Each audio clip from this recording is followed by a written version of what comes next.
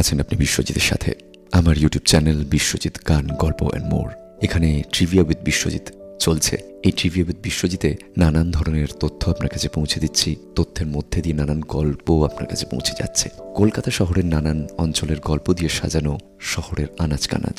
এই বিষয়তে আজকে যাব হাজরা এই অঞ্চলের কথায়। হাজার সৈন্যের সেনাপতিকে হাজরা উপাধিতে ভূষিত করা হতো একসময়।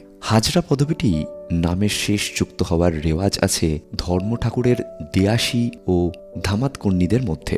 দিয়াসীরা হলেন ধর্ম ঠাকুরের পূজারী, আর দামাতকর্ণীদের কাজ হল ধর্ম ঠাকুরের বার্ষিক পূজায় জল আঁচল নিচু জাতের মানুষেরা যখন পূজার ঘর নিয়ে আসে তাদের জিনিসপত্র নিয়ে পূজার বেদিতে রাখা এবং পূজার পরে সেই মতো ভোগ নৈবেদ্য তাদের ঠিক জায়গায় পৌঁছে দেওয়া ও বুঝিয়ে দেওয়া।